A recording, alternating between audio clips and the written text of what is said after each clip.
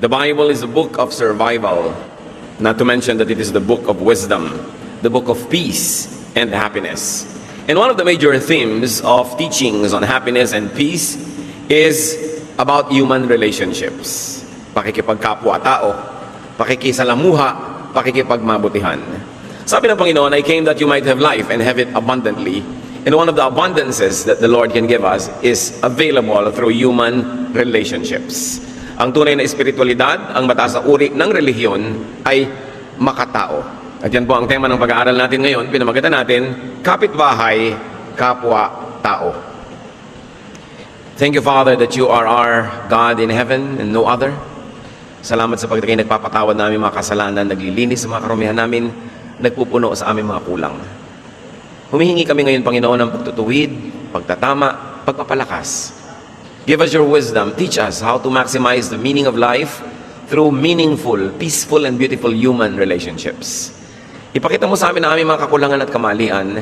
Ituro mo sa amin ang mga dapat pa namin gawin. Akayin niyo po kami sa higit na mas mataas na landas.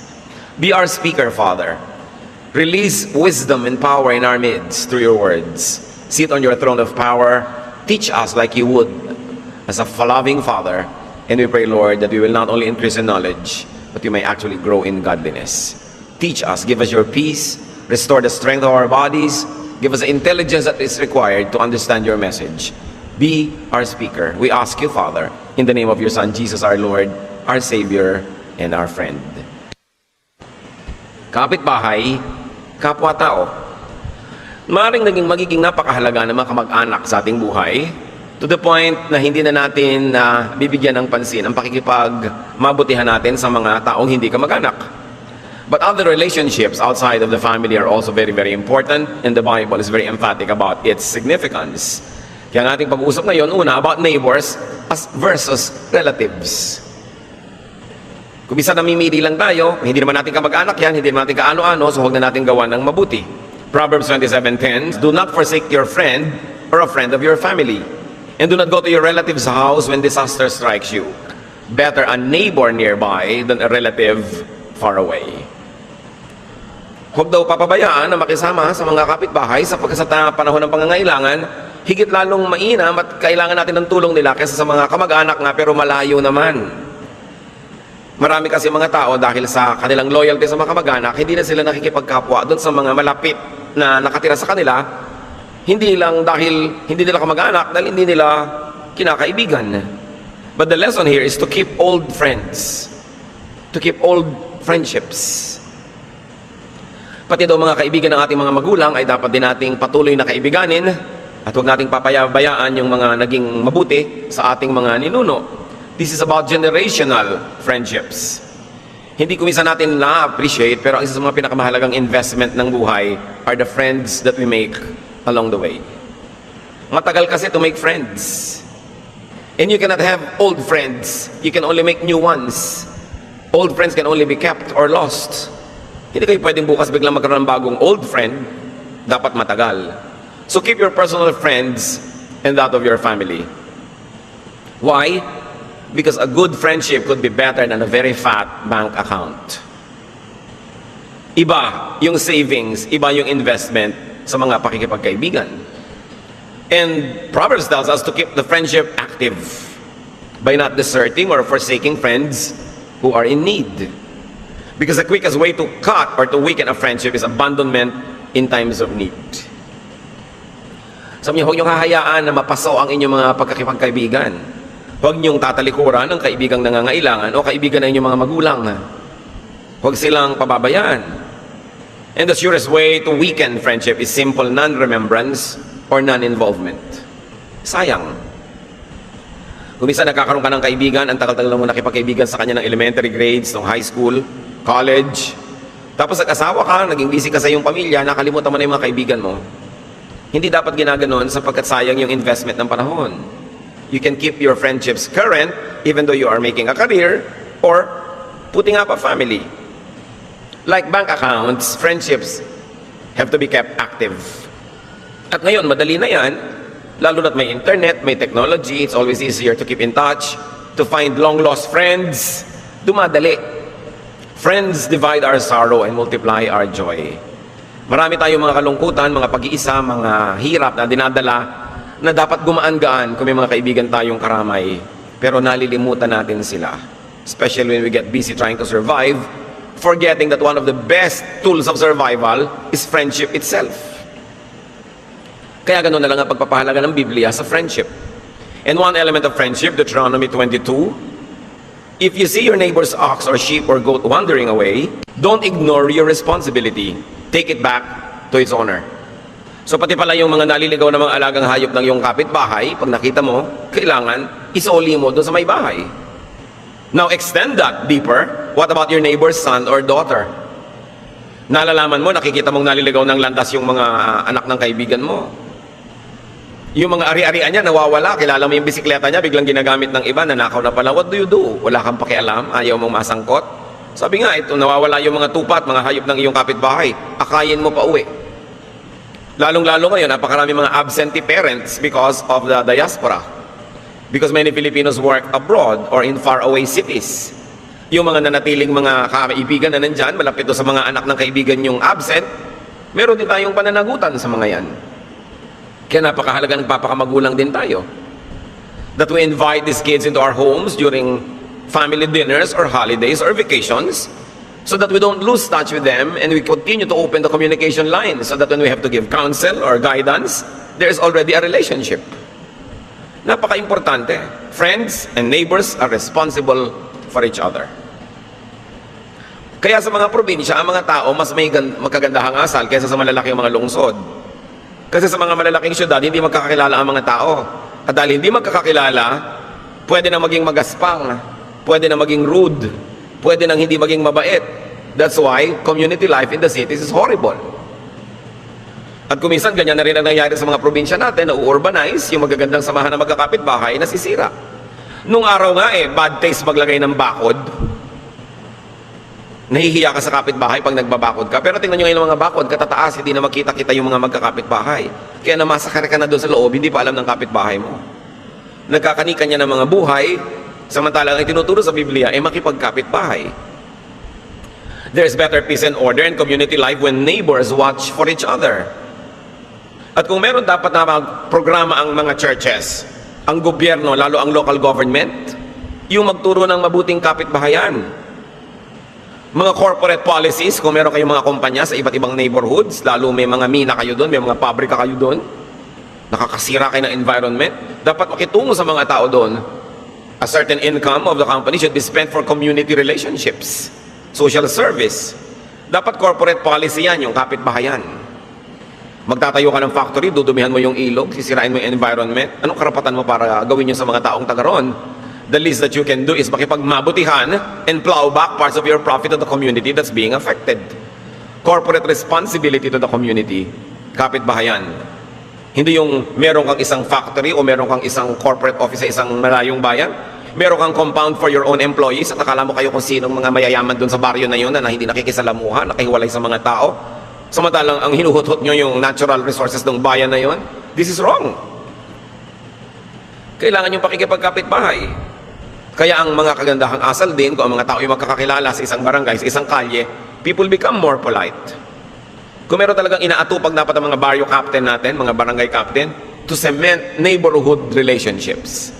To let people know everybody and to let people get involved in the community life. Hindi pwedeng kanya-kanya. Nakikita nyo yung pagkakanika-kanya, kaya ang dami-daming baha. Kanya-kanyang hulog ng basura sa kanal, kanya-kanyang linis lang ng bakuran, ihulog mo sa ilog yung basura mo, ilagay mo sa kapitbahay mo pag hindi siya nakatingin. But when disaster strikes, the entire neighborhood suffers.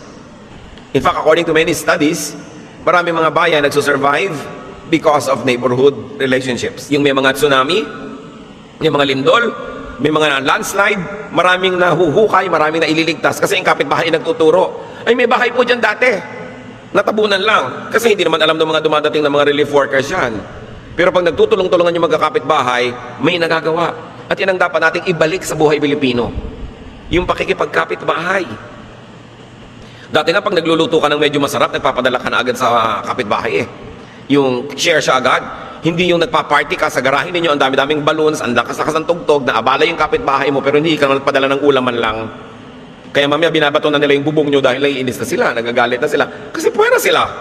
samantalang pwede namang kasali. At siyempre, isa sa pakikipagkapitbahay, huwag mo namang sobrang lakasan yung radyo mo o TV dahil hindi naman nakikipakinig ang kapitbahay mo sa'yo. Kumisan 5 bahay away, dinig mo pa yung tugtog. Pinagmamalaki yung bago nilang sound system pero nabubulahaw ang kapitbahay. Magpa-party, lalo yung mga tuwing Biyernes na lang nagkakarokohan. Tuwing Sabado ng gabi, mga salot na kapitbahay.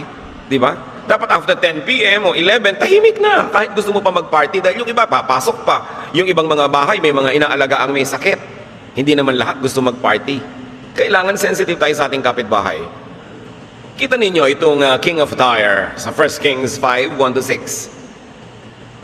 King Hiram of Tyre had always been friends with Solomon's father, David. So ang kaibigan nitong king is si Solomon, yung si David. Nung hari pa si David, hindi si Solomon na anak. Pero nung naging hari na yung anak, when Hiram heard that Solomon was king, he sent some of his officials to meet with Solomon. Solomon sends a message back to Hiram, I'd like to have your workers cut down cedar trees in Lebanon for me.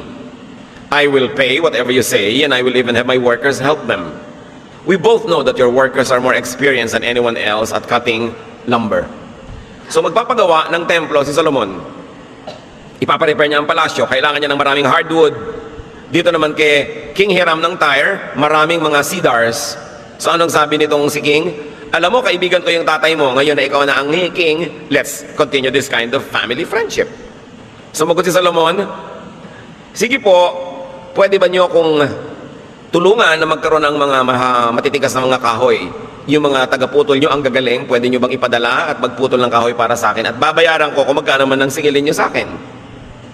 At nagkasundo sila. So true friends and neighbors celebrate with each other. Okay, king ka ngayon, I will celebrate with you. Yung kapitbahay nyo, mag-graduate, makiselebrate kayo, magpadala naman kayo kahit ano man lang na card, regalo, o batiin nyo man lang. Pumasa siya sa board, nakalagay pa nga sa tarpaulin sa tapat ng kanilang bakod, no? Tapos hindi mo walang pinapansin, pagod na nga silang ipaalam sa inyo yung accomplishment nila. Kailangan sineselebrate mo yung sineselebrate ng kapitbahay mo. Makikiisa sa kanila. True friends and neighbors help each other. Just like how this king of Tyre would help Solomon build his temple. And take note, my dear brothers and sisters, true friends pay. Especially when they can afford it. O maraming kahoy itong si King of Tyre, kailangan ni Solomon. Sabi ni Solomon, I'm going to pay, just name the price. Hindi yung uy, kaibigan pala natin yung may-ari ng ganung hardware. Naku, makakalibre na tayo ng hollow blocks. No? Makakalibre na tayo ng yero. Makakalibre na tayo ng ganyan. Kaya nakakatakot kuminsan maging member ng church tapos nalaman nila na meron ka construction company o meron ka construction supply. Panay na ang parinig sa inong pastor para dalhin mo na lahat ang bubong, dalhin mo na ang poste. Parang ikaw na lang yung member dahil ikaw yung may tindahan. Kung talagang kaibigan ka, pay. True friends, pay. Para hindi ka pagsawaan. Para hindi magdamdam o kaya tulong mo.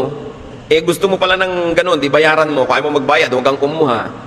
Hindi yung, ay sister pala natin itong may-ari ng tindahan, meron po bang discount? Huwag kayo hingi ng discount sa mga kapatiran natin. Kayo yung magbayad ng buo para magtubo sila at yumaman. Hindi yung nagsara sila dahil sa dami ng kapatiran na bumibili humihingi ng discount. Pagbalik mo, ba't sarado na? Salot kasi ang mga kapatiran niya sa church, puro hingi ng discount. Nalugi na tuloy. Dapat, pag may kapatid tayo, lalo sa pananalig, may kapitbahay ka, pinapatronize mo siya para siya umasenso. Hindi ka pabigat. Ngayon paminsan-minsan, hindi ka talaga, magtapat ka, pero hindi lagi. At dapat siya yung nagbo-volunteer na magbigay siya ng discount. Bakit? Stockholder ka ba? Bakit may puhunan ka ba? Ba't ka nag-expect ng discount? Yan ang isang masamang sakit ng mga Kristiyano. Kung walang kapatid sa church, akala mo, kasosyo ka na nung negosyo. Gusto mo laging libre ka. Friends pay. The goal of a true friend is to enrich the other friend, to support, to patronize, hindi maging pabigat. Consider what happens when no one has no friend. John 5, 2-9. In the city was a pool. Many sick, blind, lame, and crippled people were lying close to the pool. Beside the pool was a man who had been sick for 38 years. When Jesus saw the man and realized that he had been crippled for a long time, he asked him, "Do you want to be healed?" The man answered, "Lord, I don't have anyone to put me in the pool when the water is stirred up." Merong isang bukal na paliguan ng mga may sakit. Nakapaligid lahat ng may sakit doon sa bunganga ng bukal na ito. Kasi may mga oras na biglang kumukulo yung tubig. Parang hinahalo ka yung tubig. Doon nagtatalunan sa tubig lahat ng may sakit dahil sa oras lang na yun nagpapagaling yung tubig. So itong taong to, 38 years lang nakahiga doon. Hindi siya napapalagay sa tubig sa sandaling pagkulo. Sabi ni Lord, gusto mo bang gumaling? Opo, kaya lang, wala naman pong magbuhat man lang sa akin, ni magtulak sa akin para mahulog ako dyan sa tubig. So by the time na pwede na siyang magpatihulog doon, tapos na yung paggalaw ng tubig because the water is stirred only for a few seconds. And for whatever reason, it is only when that happens when it has miraculous powers. Isipin mo, abang ka ng abang doon, tapos wala man lang magbuhat sa'yo kasi wala ka man lang kaibigan. Wala ka man lang kasama. Now consider another paralytic who had friends. Mark 2, 3-4. 4 people came up carrying a crippled man on a mat. But because of the crowd, they could not get him to Jesus. So they made a hole in the roof above him and let the man down in front of everyone. See, iba na ang may kaibigan. Iba na ang may kamag-anak na may malasakit. Hindi mailapit kay Jesus ang may sakit, idinaan sa bubong, binutas ang bubong, pinadaos-dos pababa sa harap ni Jesus. Ayun, napagaling. Iba na ang nakikisama. Iba na ang may tanim na kabutihan, iba na yung may pakisama sa kapwa. Ecclesiastes 4, 9-11. You are better off to have a friend than to be all alone, because then you will get more enjoyment. If you fall, your friend can help you up. But if you fall without having a friend nearby, you are really in trouble. If you sleep alone, you won't have anyone to keep you warm on a cold night. So si Solomon, sa kanyang karunungan, anong kanyang idinidiin? Dapat ang tao may kaibigan, may kasama, may companion. Sabi, you enjoy life more kung may companion ka. You get more enjoyment. So kung may pera ka, kakain ka, kesa naman mag-isa ka, di maglibre ka. At least may kausap ka. Magbibiyahe ka, may ibabayad ka naman, magdala ka ng kasama, ilibre mo, bumili ka ng kausap. Bumili ka ng kasamang mag-e-enjoy, lalo't may pera ka. Aanin mo naman yung pera mo, hindi ka naman papaligayahin ng pera mo sa pitaka. O yung cheque mo na unsigned, walang ligayang idudulot sa'yo yan. Kaya yung mga ibang tao, very cruel. Pag nakakakita ng dalawang tao nag-e-enjoy, ang gusto paghiwalayin. Ito si byuda, nag-outing, may kasamang 24 anyos. Chismis ng buong barangay. Eh bakit? Sasamahan niyo ba siya? Ngayon, kung hindi niyo sasamahan, hindi niyo aakayan, hindi niyo kakamutin yung likod niya, kung makate, huwag niyo siyang pakialaman. Byuda naman eh. Di ba? Bakit pati yun eh gusto mong makilljoy? Nis tayo pag kami nag-i-enjoy sa buhay. Dapat mong i-celebrate when there are 2 less lonely people in the world. At least, hindi siya magpapakamatay. At least, baka mas maging mabait siya dahil siya ay masaya. There are some moral laws that we should never break. But some of the things that restrain us from enjoying friendship and companionship is not even moral. It is only cultural. It is only social. Tandaan nyo, sasandali ang buhay ng tao sa daigdig. Kung nabuhay ka ng 90, 100, ano na yon? Isang tuldok sa walang katapusang panahon. Tapos yung 20, 30 years of doon, nag-iisa ka pa, wala ka pang kasama, miserable ka pa. Sayang naman ang panahon. Kaya tinuturo sa atin ng Diyos maging mapagpakumbaba. Kasi kung humble ka, mas may tendency magkaroon ka ng kasama kaysa kung mayabang ka. Kaya ka tinuturo maging mapagbigay, kasi kung mapagbigay ka, mas maraming sasama sa iyo kaysa kung maramot ka. That's why Satan wants you proud. Satan wants you selfish. Satan wants you cruel and unkind. So nobody will go with you and you can be alone and he can succeed in torturing you because you are alone. God wants you kind and nice, hindi ka para ipalugi. Kasi alam ng Diyos, yun ang magbubukas ang pinto para mas mag-enjoy ka ng human companionships. So ang tunay na mapagbigay, yun ang tunay na matalino. Yung maramot, hindi niya na pag-iisip-isip, lugi siya sa karamutan niya. Ngayon, marami tayong mga kapitbahay, turn your neighbors into relatives. Tinuturuan tayo, keep old friendships, and then make new friends, and keep them. Tingnan ninyo itong isang malaking hiwaga na example ng Panginoon at pinuri niya. Luke 16, 1-9. Jesus said to his disciples, a rich man wanted the manager to take care of his business, but he was told that his manager was wasting money. So the rich man called him in and said, what is this I hear about you? Tell me what you have done. You are no longer going to work for me. The manager said to himself, what shall I do now that my master is going to fire me?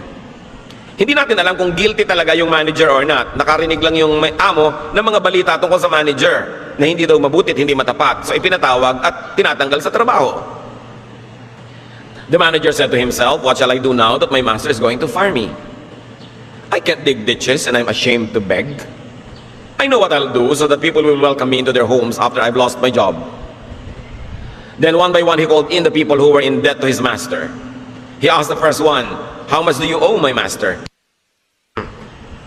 100 barrels of olive oil. The man answered. So the manager said, "Take your bill and sit down and quickly write 50. Sabi niya, tatanggalin ako sa trabaho. Pag nawala na ako ng trabaho, kailangan naman may mag-welcome sa akin sa mga home nila. Ganitong gagawin ko.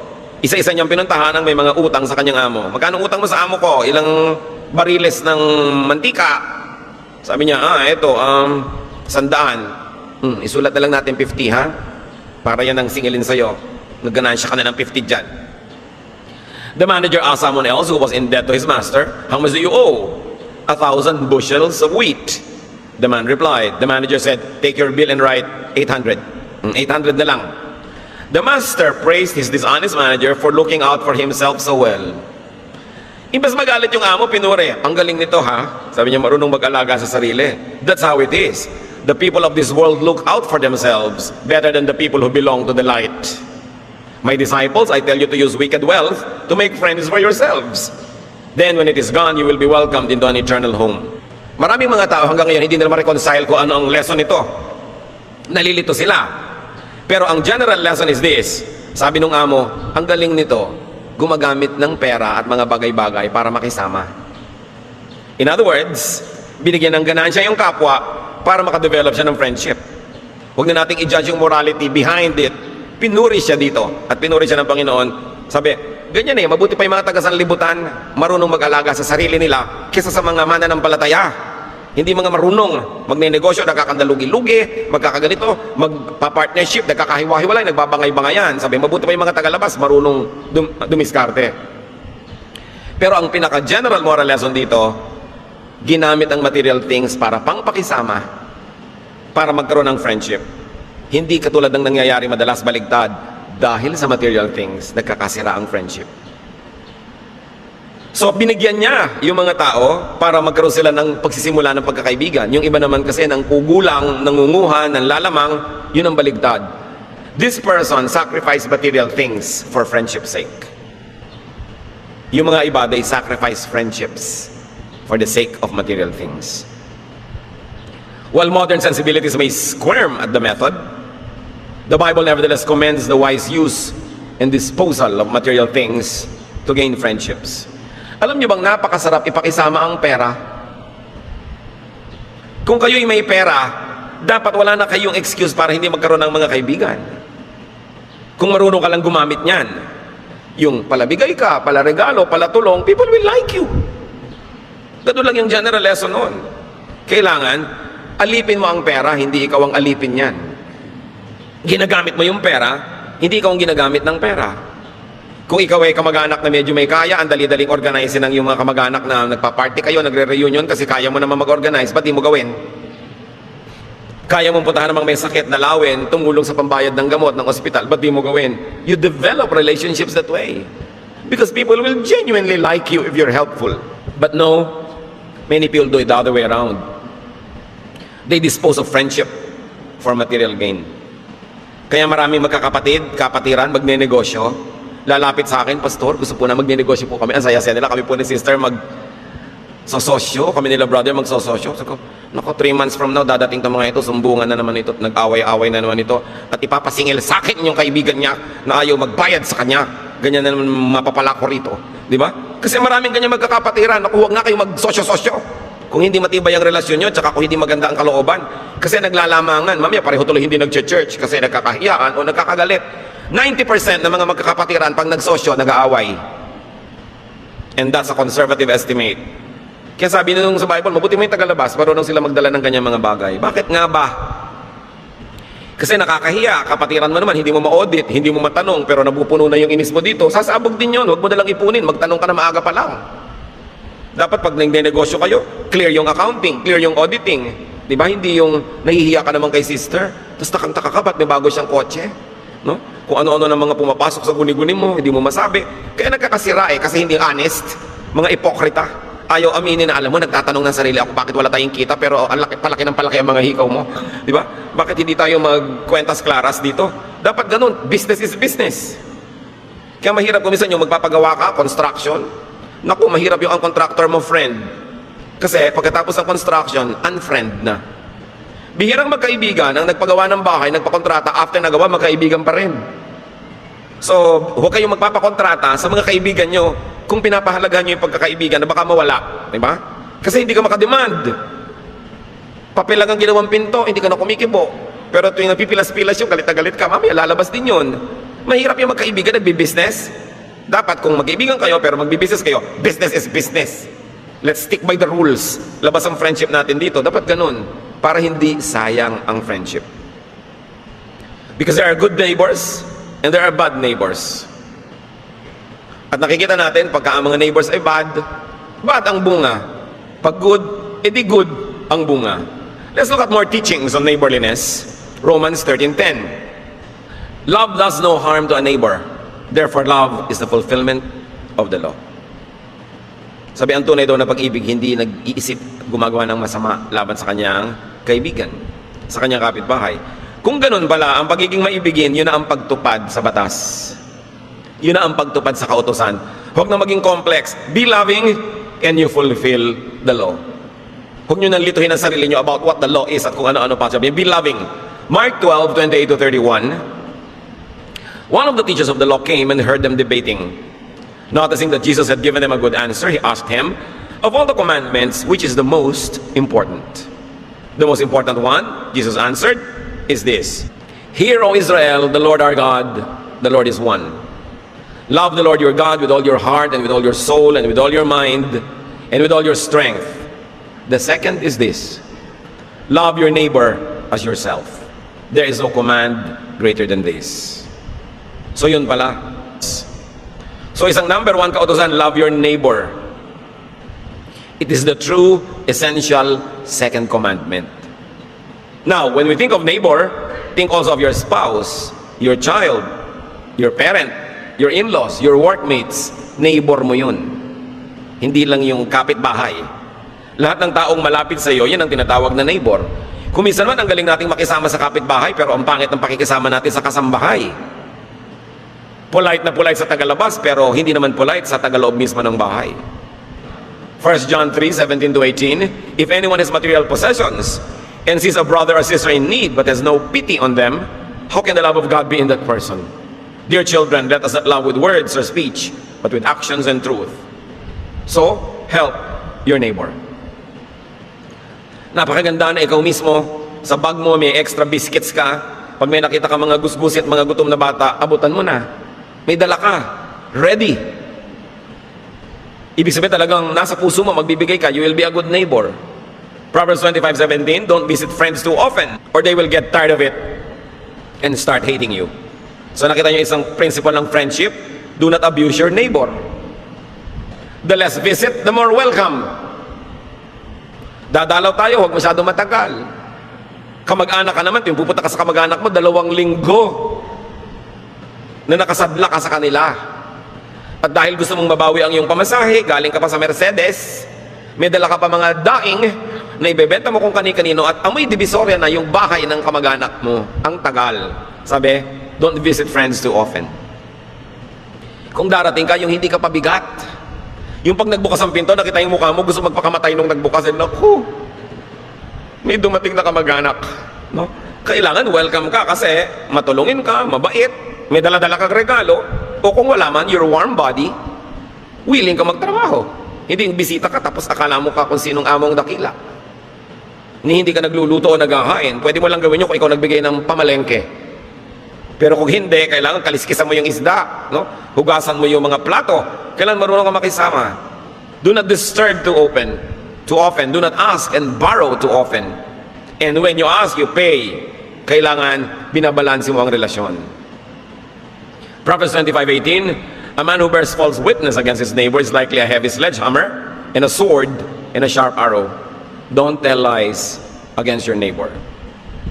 Isa yan sa mga pinakamabilis na dahilan para mag-away-away ang magkakapitbahay. Chismis.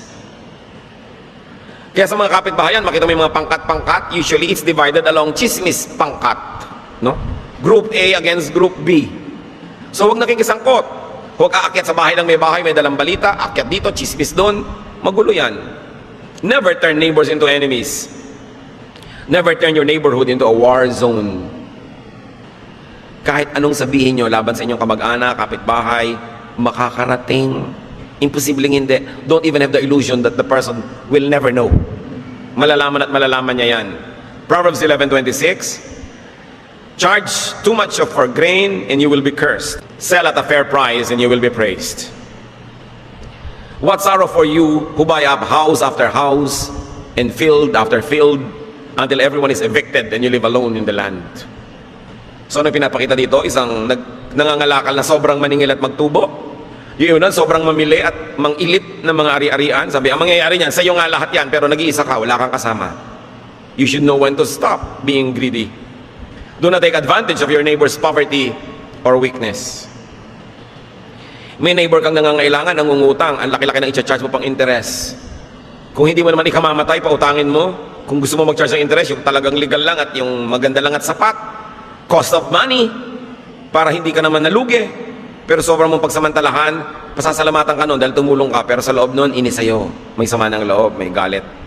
Kasi alam niyang pinagsasamantalahan mong kanyang pangangailangan. Itong si Lot at si Abraham, nung sila ay nakakagalit ang mga kanilang mga tauhan dahil nag-aagawan ng damo para sa kanilang mga tupa, nag-aagawan ng tubig, naghiwalay sila, tahimik ang buhay nila. Kung meron talagang competition, hindi maiwasan, maghiwalay kayo. Mabuti nang magkalayo physically, pero magkalopit pa rin ang inyong kalooban. Solve neighborly issues peacefully and fairly. Kailangan hindi yung gusto mo lagi kang lumamang. Mga kapatid, pag meron po kayong deal with anybody, always leave something on the table for the other person. Kailangan, hindi lang kayo ang panalo. Hindi win-lose. Dapat win-win. Win ka, win din siya. You both go home happy. Hindi yung sobra kang lamang. Always leave something on the table for the other man. And they will always want to negotiate with you on the table. Kasi fair ka.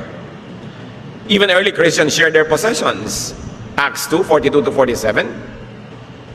All the believers were together and had everything in common. They sold property and possessions to give to anyone who had need. They broke bread in their homes and ate together with glad and sincere hearts, praising God and enjoying the favor of all the people. And the Lord added to their number daily those who were being saved. People sometimes ask me, Pastor, ano pong magandang evangelistic program? Ano po ang magandang gawin para sa soul winning, para dumami ang members, para lumago ang aming fellowship? I always tell them one thing, be loving, share, and you will grow naturally. Yan ang nakita natin sa Acts 2. Because people like to be part of a loving group. People are attracted when there is love and sharing and fellowship, eating together. Who will not want that? Hindi mo kailangan namang elaborate programs at kung ano-ano. Be loving like Jesus. Kita nyo, wala naman siyang programa, dumami ng dumami yung mga sumusunod sa kanya. Kasi hindi nang lalamang, palabigay, laging tumutulong. That's the only way. Acts 4:34-35. And no one went in need of anything. Everyone who owned land or houses would sell them and bring the money to the apostles. Then they would give the money to anyone who needed it. Ang ganda naman ng samahan ng mga naon ng mga Kristiyano. Share blessings with your neighbor. Pagkakataon mong tumulong pagka yung kapitbahay may pangangailangan. Meron ba akong kilala? Basta may nakita siyang nakaburol, dumadaan kahit hindi niya kakilala. Dadaan.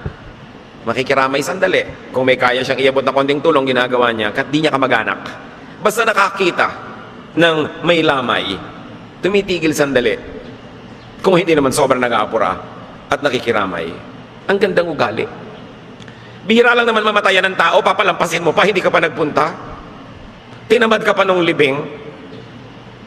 Tapos makikita mo, sorry ha, hindi ako nakapunta sa libing nyo kasi kung ano-anong kwento mo.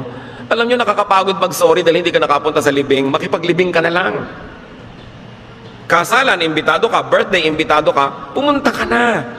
Kung hindi ka talaga genuinely mag-enjoy, charity. Your presence is your contribution. Kesa, huy, pasensya ka na, hindi ako nakapunta ng birthday mo. Sabi niya, okay lang yun. Pero ang totoo, nagdaramdam yun. Hindi yun okay. Yung imbitado ka, hindi ka darating, dinaramdam yun. Lalo tayo mga Pilipino, kunwari okay lang. Pero pag namatayan ka, hindi ako pupunta sa inyo. Di ba? Yun ang iniisip. Madali sana para makita mo ang paghihiganti ko.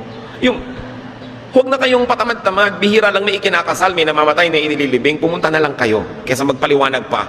And you cement relationships. Romans 15:1-2. We who are strong ought to bear with the feelings of the weak and not to please ourselves. Each of us should please our neighbors for their good, to build them up. So bear with your neighbor's failings. Please your neighbor. Do something that will please your neighbor. Ang dami mong halaman, paso-paso. Alam mong nakatingin yung neighbor mo, gusto niya, padala mo ng isa, hindi mo nung ikamamatay. Kita mo rin yung halaman, malapit din sa'yo, nalanghap mo rin yung oxygen, di pa ikaw ang nagdidilig. Di ba? Yung bigyan mo rin siya. Hindi mo naman ikamamatay. Kuminsan ang dami-dami mong pagkain, nasisira na sa bahay, hindi mo ibigay sa kapitbahay. At syempre, pag magbibigay ka ng pagkain, bagong luto, umuusok pa lang, hindi yung bumubula-bula na. Yung alam na mga tao, siguro hindi na ito naubos.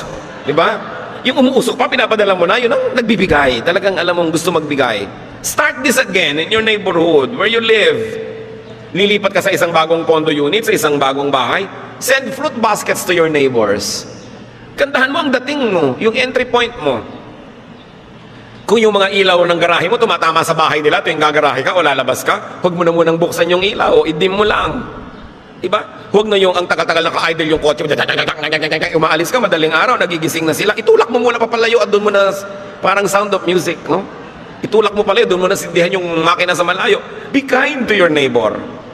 At kung kayo, mga born again na mahilig na magpa-Bible study sa bahay at mag-fellowship, alauna na ng umaga, hallelujah pa kayo nag-hallelujah, nabubulahaw ang kapitbahay, walang nabe-bless. Huwag kayong masyadong magpadala na, mag-worship kami, nabubuisit ang kapitbahay nyo. Diba? Ilagay nyo sa lugar. Kailangan, hindi tayo nakakagambala sa ating mga kapitbahay. Yun ang magandang patotoo. Proverbs 14:21, is wrong to hate others, but God blesses everyone who is kind to the poor. At salamat na lang sa ating bansa, napakaraming maralita ang daling gumawa ng mabuti dahil maraming magagawan. Kung ibig nyo talaga, kahit hindi kayo mayaman, lalong may mas mahirap pa sa inyo, may matutulong at matutulungan kayo. Ang hirap kumisa sa developed countries, gustuhin mo man, wala namang may gusto nang ibibigay mo. Ang daling gumawa ng mabuti sa ating bayan kasi ang daming nangangailangan. Ikaw na lang talaga ang may kasalanan at pagkukulang pag wala ka nagagawa ng mabuti. Now, enemies are also to be considered as neighbors. Matthew 5:44, but I tell you to love your enemies and pray for anyone who mistreats you. Why? When you love your enemy, you disempower the enemy. Yung iba hindi marunong May kagalit, lalong gagalitin. Pag ginalit nyo ang isang tao, saan niya gagamitin yung lakas niya? Di ba? Para gantihan kayo. Pag ininis nyo ang isang tao, challenge nyo, lahat ng resources niya gagamitin para rin kayo inisin at i-challenge. Wrong. Use your resources, use your energy to befriend. Because the best way to beat an enemy is to turn him into a friend. It's the only true victory. Ang kaisa-isa lang tagumpay laban sa kaaway pag naging kaibigan mo siya. Pero yung ginawan mo ng mas masama, mas galit siya, nagbabalak, gaganti, may masamang iniisip sa'yo, anong tagumpay mo nun? Nanganganib ka nun. Kaya sabi sa Proverbs 25:21-22, if your enemies are hungry, give them something to eat. If they are thirsty, give them something to drink. This will be the same as piling burning coals on their heads, and the Lord will reward you. Another mysterious verse. Pag daw gutom ang kaaway mo, pakanin mo, nauuhaw, painumin mo, at para daw siyang pinagsunong ng mga nagbabaga ng mga apoy. So sabi mo, wow, higanti, naluto ko ang kanyang anit. No. Wala kasing posporo nung araw, mga kapatid. Ang bawat kalan, may kaunting natitira lagi diyang ang baga na hindi pinapatay. Pag mauubos na yung baga na yun, lalagyan ng konting kahoy yun para magsiklab ulit, maging baga, hanggang luto ang time na naman kasi walang posporo. Mahirap magsimula ng apoy. So, may kapitbahay ka, kaaway mo siya, namatay yung kalan. Paano siya ngayon magsisimula ng apoy? Pupunta sa'yo, kakatok. Bibigyan mo siya ngayon ng mga baga mo, ilalagay mo sa isang luma o basag na palayok, at susunungin niya pa uwi. Ibig sabihin, meron na siya uling pansimula ng apoy. That's why you pile burning coals on his head. Hindi mo siya niluto para paghigantihan. Binigyan mo siya ng apoy. At sino namang tao ang nung nagugutom ay pinakain mo, nauuhaw ay pinainom mo, nangangailangan ay binigyan mo, ang magkakalakas ng loob na walang hiyain ka pa. Paghihinaan ng loob, gawan ka man ng masama, konti na lang. Pero nung gutom, lalo mong ginutom, baka ikaw ang kainin. Nangailangan, tinikis mo, nung lumakas yun, paghihigantihan ka. Kaya dapat matalino ka. Sabi, maging mabuti ka sa galit sa'yo, at mawawala na siya ng lakas ng loob magalit pa, di ikaw ang tatahimik. Hindi yung iinisin mo palalo, napahiya na nga, papahiyain mo pa. Naghihintay ka ng araw ng paghihiganti at hindi ka mapapanatag pag ganun. The best way to beat an enemy, as we have said, is to turn him into a friend. Yun lang ang kaisa-isang tunay na tagumpay. Kasi kung may tao kang nagapi, nakawawa, naitali, naikulong, makakawala rin yun, babalikan ka kung may atraso ka sa kanya. Di ka mapapakali, di ka matatahimik. Neighborhoods and communities survive, even thrive, because of tulungan. At meron tayong napakagandang kaugalian, bayanihan. Tulungan. Ang root word, bayani. Ang bayani, hindi lang yung namamatay para sa bansa paggera. Yung tumutulong sa kapitbahay, yun ang bayani. Kaya nung araw sa bukid, pagka may paani, may bayanihan. Sa kapupunta, mamamayani. Ibig sabihin, magtatrabaho ng libre, pakain ka lang, bayani, bayanihan. Hindi lang yung mga binabaril sa luneta ang bayani kasi hindi naman laging may mananakop. Pero araw-araw pwede kang maging bayani kung tumutulong ka sa iyong neighbor. Lalo't ikaw yung edukado, ikaw yung mayaman, ikaw yung may kaya, mas madali sa iyong gawin yon. Hindi mo dapat ma-misuse ang iyong edukasyon, kakayahan, karunungan para maging mayabang ka doon sa neighborhood at lait-laitin sila. Kasi you are in a position to help. That's why you must not squander that rare opportunity. Ecclesiastes 4:9-12, you are better off to have a friend than to be all alone, because then you will get more enjoyment out of what you earn. If you fall, your friend can help you up. But if you fall without having a friend nearby, you are really in trouble.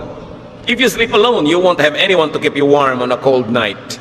Someone might be able to beat up one of you, but not both of you. As the saying goes, a rope made from 3 strands of cord is hard to break.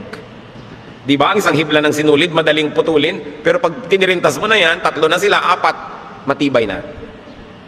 Kailangan, sabi niya, may kasama ka sa buhay. So rediscover neighborliness. Inside your own house, in your classroom if you're a student, in your school, in your workplace, and at church. May isa pang napakalaking kahibangan. Yung makipagtarayan ka, makipagchismisan ka, makipagkagalit ka, sa church mate, sa kapatiran. Sa church pa kayo nag-away. Bagyan na lang kayo pumunta sa sabungan, maglagay kayo ng tare at doon kayo maglaslasan. Pero sa church, ilagay mo naman sa lugar. Kahit saan masama yung may kaaway, pero sa church, tripling kamalian yan. Nasa ministry ka, kagalit mo yung nasa kabilang ministry. Member kayo na isang ministry, pinagchichismisan niya yung nandun sa kabila. Naku, yung mga ganyan, dapat tamaan talaga ng kidlat. Kainin ng lupa. Papakin ng mga langgam. Kasi mali, why are you creating war zones inside the church? The body of the Lord. Kaya kung kayo ang nagpapasimula niyan, tigilan nyo. Kung kayo yung biktima, magpatawad na lang kayo and shut up. Kasi pagka nagdadaldal pa kayo, reklamo, may makakampi kayo, lalabanan naman yun, hindi na naman yan matatapos. Yung merong 2 partido na gusto magpunta sa akin dahil nag-aaway sila, pareho ko silang gustong ipatali sa langgaman.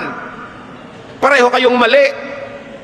Kasi una, yung isang nagsimula, di mali siya. Ngayon, hindi ikaw nagsimula pero pumatol ka, di mali ka na rin, pareho lang, kaya huwag na kayong pupunta-punta sa akin dahil talagang ipapatali ko lang kayo sa langgaman. Wala akong kakampihan dyan, mga nag-aawayan sa church, mahiya kayo. Di ba, nasa church ka, the body of the Lord, the body, the holy body of which Jesus is the head. Tapos nandun ka sa loob, kinukonsinti mong may gulo dyan, kailangan gumawa ka ng paraan para sugpuin at tumahimik. Yung iba, nagsusumbong-sumbong pa sa Facebook. Di ba? Yung Facebook for friendship, hindi para sumbungan. Kailangan ilagay sa lugar ang mga buhay natin. Develop neighborliness. Personally versus individualism. Communally versus clannishness. Kaya marami mga bayan tayo, ang gulo-gulo, kasi clannish ang mga tao, hindi iniisip yung buong bayan, yung pamilya lang nila. Kaya ubusan ng lahi, ang gulo. Nationally versus regionalism.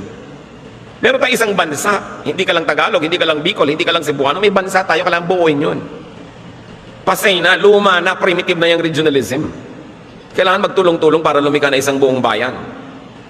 And of course, globally, kailangan ang mga bansa magtulungan.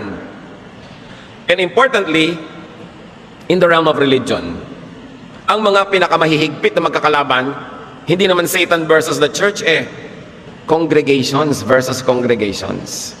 Kaya tuwang-tuwa si Satan dyan. Huwag tayong palibang at palasing Pagkapwa mo mananalig kay Jesus, kahit iba ang mode of baptism, iba ang style ng pagkanta, iba yung haba ng damit, kapatid mo yun kasi isang magulang nyo eh. Tama na dapat yung sobrang sectarianism, sobrang congregationalism. Si Satan lang ang nakikinabang dyan, yung church umaatras.